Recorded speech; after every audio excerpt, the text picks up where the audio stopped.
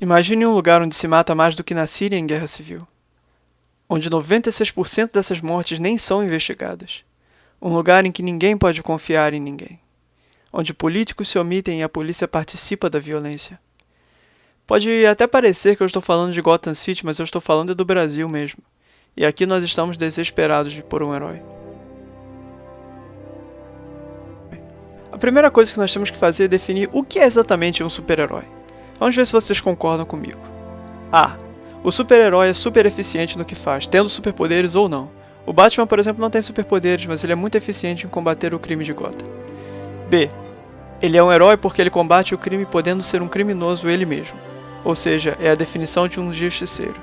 O justiceiro é aquele que faz justiça com as próprias mãos, e um herói não difere muito disso. C. Ele é uma marca. Enquanto grupos de justiceiros são quase sempre gente comum e anônima que faz um ou dois atos de justiça na vida, heróis farão centenas, tornar-se-ão celebridades e construirão uma reputação de justiça. Isso causará medo. Mas não existe um só tipo de herói. Então aqui com o esquema do Gary Gygax temos três possibilidades para um herói. Lawful Good. É um personagem que age com compaixão e senso de compromisso. Ele evitará quebrar regras e tradições e procurará trabalhar como um braço da polícia. Neutral Good. Age de forma altruísta e heróica, mas sem consideração para com as tradições e leis. Ele pode até cooperar com a polícia, mas não se submeterá a ela. Se fazer a coisa certa exigir que ele quebre as regras, ele o fará sem qualquer problema. E finalmente, Chaotic Good. Fará tudo o que for necessário para a justiça com completo desdém por quaisquer instituições burocráticas.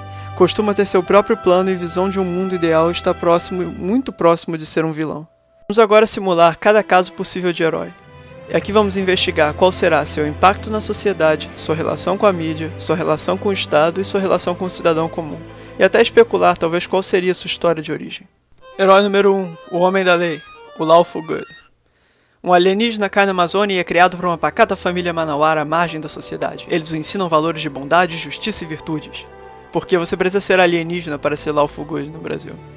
Então, ao crescer, esse super-herói se torna um homem da lei, disposto a combater o crime no país como um exemplo de cidadania. A primeira reação da sociedade em geral é a admiração, seguida por ceticismo e finalmente indiferença. Mas por quê? O impacto deste super-herói será pequeno, já que ele nada mais será que um super-policial. Acontece que no Brasil, mais de 1/3 dos 600 mil prisioneiros são provisórios, ou seja, sem condenação. A justiça é lenta aqui e o homem da lei apenas aumentaria o número de casos nas mãos da justiça. O resultado é que o fardo da prisão provisória só aumentaria em um país que já pena com alta população carcerária e o custo do preso em plena crise financeira. O resultado é que audiências de custódia teriam de liberar a maioria dos prisioneiros capturados pelo super-herói, e a justiça teria de acelerar projetos como o do ministro do STF, Ricardo Lewandowski, para liberar os prisioneiros provisórios que não representem perigo à sociedade, assim poupando os seus custos. Embora menos de 5% dos criminosos liberados por audiência de custódia voltem a ser presos, a população acaba vendo uma imagem de impunidade na liberação de prisioneiros provisórios. Não levaria muito tempo para que o Homem da Lei se tornasse só um japonês da Federal que aparece na televisão frequentemente. Herói número 2, Batman, Neutral Good. Aqui as coisas ficam um pouco mais interessantes. Esse super-herói provavelmente nasceu no Brasil e foi afetado pessoalmente pela violência, e ainda mais pela impunidade recebida pelo agressor. A forma como ele enfrentou seu trauma foi decidindo fazer justiça por conta própria quando a justiça se mostra ausente. Ele pode usar a polícia para seus fins, mas sua forma de punir acelerados é única, através do medo e da humilhação. Não é tão diferente da maioria dos justiceiros no Brasil. Eles não chegam ao ponto de matar criminosos, mas simplesmente os humilham. Um caso infame nos mostra como a sociedade reagiria ao criminoso amarrado no poste. Em meados de 2013 e 2014, justiceiros capturaram um ladrão na zona sul do Rio de Janeiro. Eles despiram o rapaz e o amarraram em um poste onde ele foi humilhado pelos que ali passavam. Não foi a primeira vez que isso aconteceu no Brasil e não foi a última, mas o caso ganhou repercussão na época e no mundo inteiro e veio à tona um pensamento que mostra a triste realidade daqui. Embora seja errado fazer justiça com as próprias mãos, talvez seja a única justiça que veremos, e o ato dos justiceiros foi legitimado pelo desespero da população em ter alguma ordem no Brasil. Simplesmente, a situação aqui ficou tão ruim que a justiça de justiceiros é a melhor que podemos ter. Claro que a mídia politicamente correta seria contra, como de fato aconteceu na época. Mas já a população teria uma reação agridoce, mas não violenta sobre as ações do herói.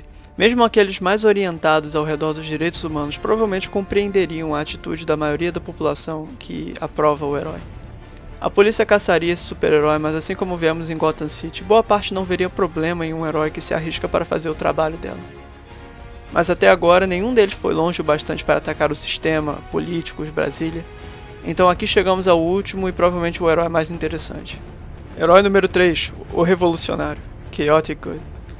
Provavelmente será um herói nascido no Brasil e mais jovem que os outros dois. Terá menos maturidade e provavelmente passará a vida inteira escutando notícias e presenciando pessoalmente a violência e a corrupção, ao ponto em que é capaz de desumanizar suas vítimas e acreditar na bondade em exterminá-las. Para justificar sua onda de violência, provavelmente se munirá de uma visão de um mundo melhor no qual está trabalhando um enterro de cada vez. Diferentemente do Homem da Lei que procura trabalhar com o Estado e do Neutral Good que trabalha ao redor do Estado, o Chaotic Good trabalharia contra o Estado. Ele matará sem perdão ao ponto em que Brasília será uma cidade fantasma. E não seria surpresa se ele fosse tentado tomar o controle do país. Muita gente concordaria. O que é lei no Brasil raramente condiz com o que pensa a população. Boa parte da população brasileira aprova a pena de morte e prisão perpétua. Muitas decisões do aparato jurídico brasileiro parecem não fazer sentido algum à população, tão restringida pela violência, indignada pela corrupção e desarmada em um país onde parece que o cidadão é a única pessoa que preserva sua própria vida. Os políticos, entrincheirados em universidades ou entrincheirados na cidade de Brasília ou em condomínios particulares, não veem o sofrimento da população com tanta clareza. Não tenho a menor dúvida de que haveria uma grande simpatia pelo revolucionário.